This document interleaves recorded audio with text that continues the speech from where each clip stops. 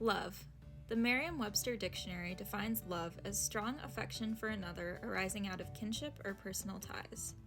We see love everywhere we look. But what does it mean to love another? Are there certain guiding principles one must follow in order to fall in love? Can love stand the test of time? Love is a mystery as old as time. Can we learn some of love's secrets from our elders? Have they mastered love? Or is love evolving as our world evolves? In order to investigate the mystery of love, we interviewed two couples who met and maintained their relationships in very different ways. We explored their values and thoughts about each other and issues of dating culture that are present in our world today.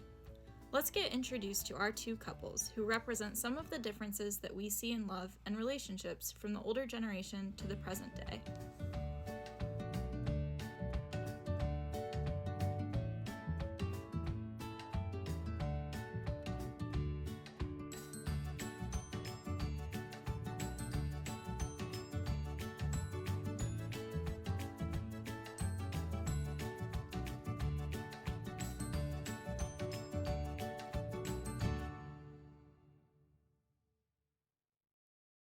Dancing. It's a good question. Yeah, my brothers, they belong to this club you call here, over there they call Società, to this club, and they organize the Carnevale every year.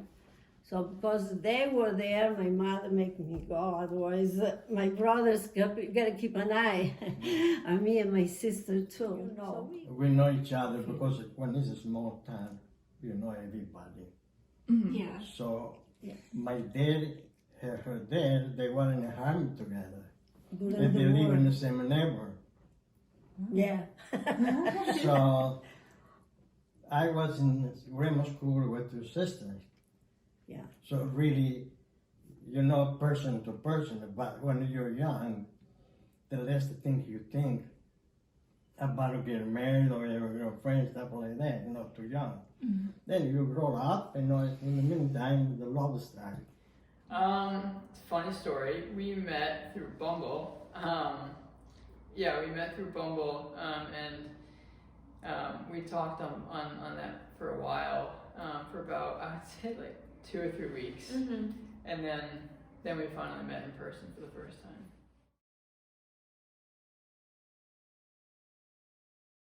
57. 57? Yeah, because by the time Marco fell. Just about 1 year.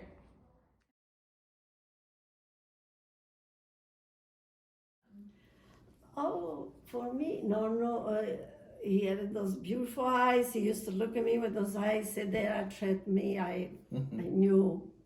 And then he was very gentle. Well, everything. She's a dancer. I have to go first? Okay. Good. I think his eyes, I'm not gonna lie, he's very like soft, just comforting, warm eyes. And he's just really good with eye contact, and I'm also like very like into eye contact with people, and so that was like an instant connection there. Yeah, so on our first date, I guess, we went on like a walk, and what I noticed was that Lydia would like not even look in front of her when we were walking. She was just looking straight at me the entire time.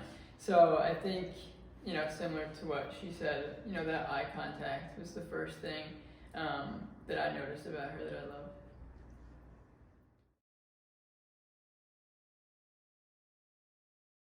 Yeah, when our kids were born. Well, Yeah. enjoy the family life. Mm-hmm. Yeah, we used to go to Christmas party dancing, Italian, all the time. Now, with this COVID and whatever, when you don't feel good, you don't want to go. But we had a good time. Right here. Over the summer, You're gonna steal mine. Lydia and I we live like 2.5 hours away from each other. So we only got to see each other 3 times throughout the whole summer. So I came up in Syracuse to visit her and her family for 10 days. And for 5 of those days, we spent on their boat in the Great Lakes. we spent 5 nights on their boat, which was just like so much I just fun. realized I couldn't possibly get sick of him. At least for 10 days, I didn't get sick of him. And it was just so nice for him to meet my dad for the first time.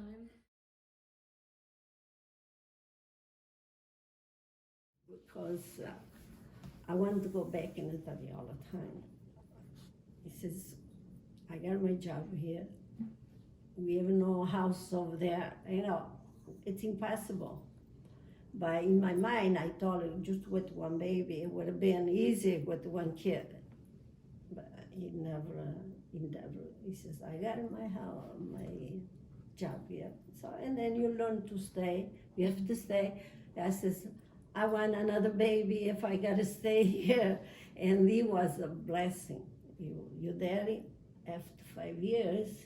But now with Uncle Phil, they're so close, my 2 kids. And that's beautiful. And the kids are close too. And look what we got now. We are nobody now. We got 6 grandchildren, and we love them. And two kids.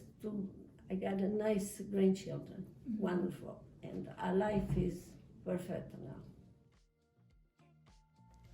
These couples are happily in love and fulfilled in their relationships, despite the drastic differences in their cultures, the ways they met one another, and how they spent time getting to know each other. Our older couple has even been married for 57 years. However, in the last several decades, relationship and marriage trends have changed. Almost 45% of couples who marry between the ages of 20 and 25 will end up divorced. In general, the rate of marriages has decreased, with more people marrying later in life if they end up marrying at all. Additionally, cohabitation or living together without being married has also increased dramatically. Should these statistics concern us? Couples seem to be valuing marriage less than those before them. More marriages are ending in divorce if the marriage ever comes to fruition. The dating scene has also evolved. Dating apps and websites such as Tinder, Bumble, Match.com, and eHarmony are taking over the dating scene. Almost 14% of online daters end up marrying someone that they met on an online dating platform. In addition to online dating, hookup culture, or having physical relationships without a romantic relationship, has also skyrocketed. Many young adults will curate a profile on a dating app with lines such as "no strings attached" to find partners who are interested in short-term physical relationships. Let's find out our couple's thoughts on relationship values, divorce, and hookup culture.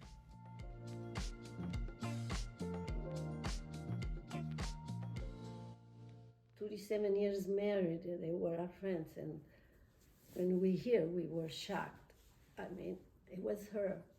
She went, I don't know.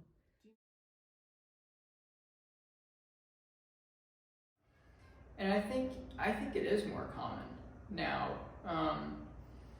I think because, like what Lydia was saying, with social media, your eyes are kind of always looking to like the next best thing. You know, you never feel content with what you have. Like, maybe the divorce rates are going up, but so is like people not getting married until they're much older. People are getting comfortable with being single, and that is becoming more accepted.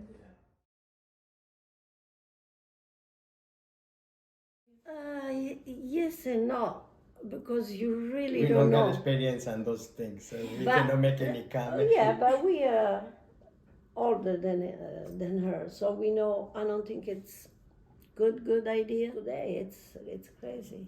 Everybody gets mad at Makes each sense. other, so it can be danger for me. Yeah. I would say definitely in our case, I mean, it was possible, but I can't say that we were in love or fell in love just because it was a dating app or online. I don't think I would say I was like in love with Frankie until we started like hanging out. Like you like give your time to like meet them in person and just like get to know them. I mean, like we both talked about how our almost like that instant like connection was found with like eye contact, Right. and just that like being in each other's space, I think is like a huge part of like seeing if you're in love with someone or fun. I think it's just the the new social interaction that we have, like as teenagers and young adults, kind of shifted towards, you know, Snapchat, Instagram, Bumble, you know, like all those online platforms. I think it's just taken the place of, you know, what was socially the norm back then.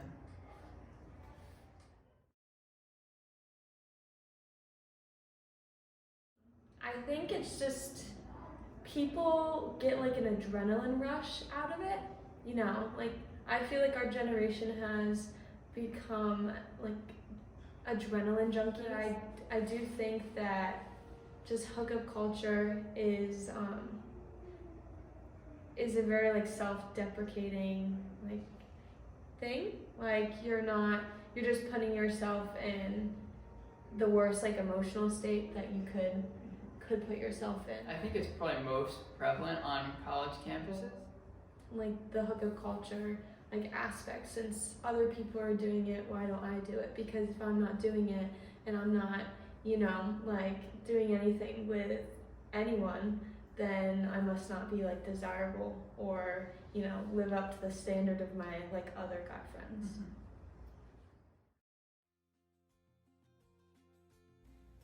The dating landscape has taken a dramatic turn in the past several decades. Both older and younger adults are being exposed to new ways of meeting potential romantic partners. The values that were once central in relationships are taking a backseat to newer ideals that younger couples value. Younger couples today are playing by their own set of rules.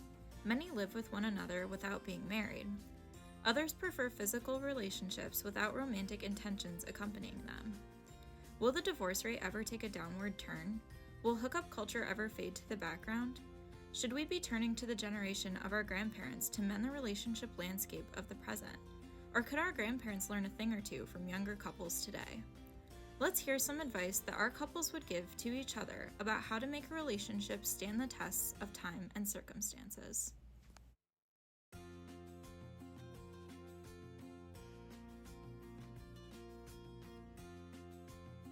Each other. I think with a lot of older couples, you know, and you'll see this with, you know, a lot of your parents, you know, they let things build over time because you don't want to like hurt the other person's feelings. I would like agree with that, and just also viewing like an argument or a disagreement as like you two both against the situation, against like, you know, like the tension, instead of like more like you versus the other person. Right. I think that is the same thing. Absolutely.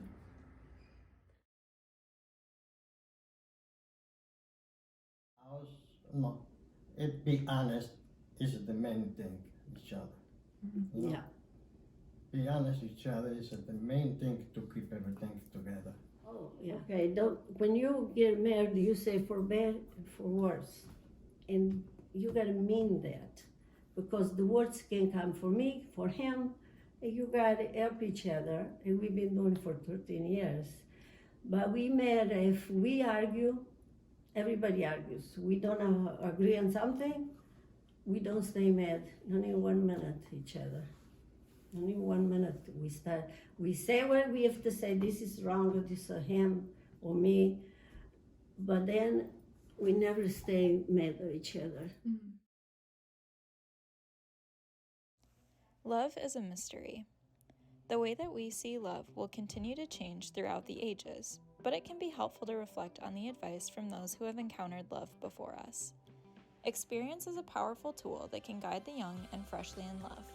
Advice from our elders allows us to see the values that help to keep their relationships thriving for decades. As love adapts, we can take comfort in the fact that some relationships will persevere and live to stand the test of time. Maybe it's time to take a page out of the love story of our elders.